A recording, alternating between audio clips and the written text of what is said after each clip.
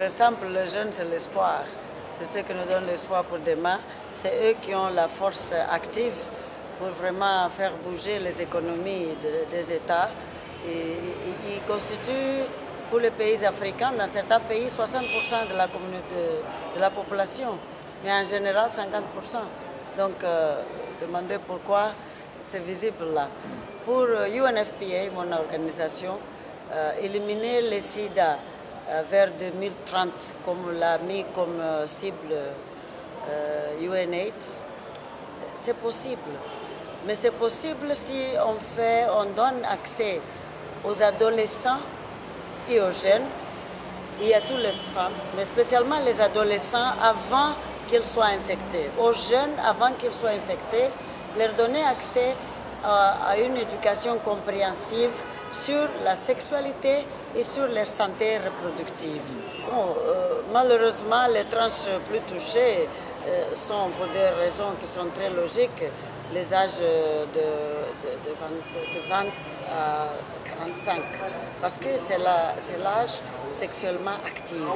Et donc c'est normal, comme la voie principale de transmission est sexuelle, c'est cet âge-là qui est plus touché. Et ça, c'est vraiment un malheur parce que c'est à l'âge où cette personne devrait contribuer beaucoup plus pour sa famille, pour lui-même et pour son pays. Donc, il faut qu'on arrive à prévenir le VIH, la contamination du VIH, l'infection, avant que le jeune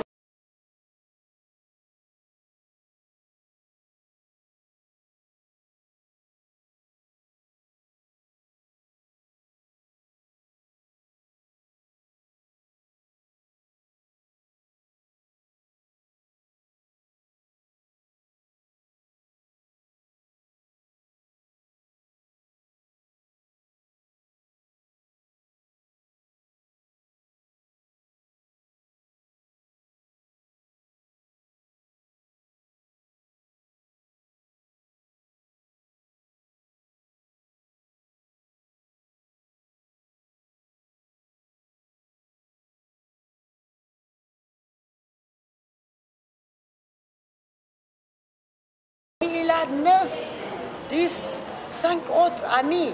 Ils n'utilisent pas le préservatif, ils ne se préviennent pas. Donc une fois que lui, il soit infecté par quelque part, il va pouvoir réinfecter tout un réseau de femmes.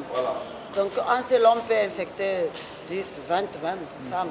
Et donc du coup, vous voyez le nombre de femmes déjà que ça représente. Et donc pour éviter cela, c'est toujours l'utilisation du condom.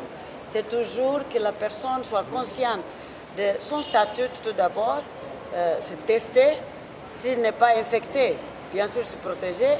Si la personne est infectée, se protéger encore et se mettre au traitement. Et aussi se protéger pour ne pas infecter les autres, n'est-ce pas?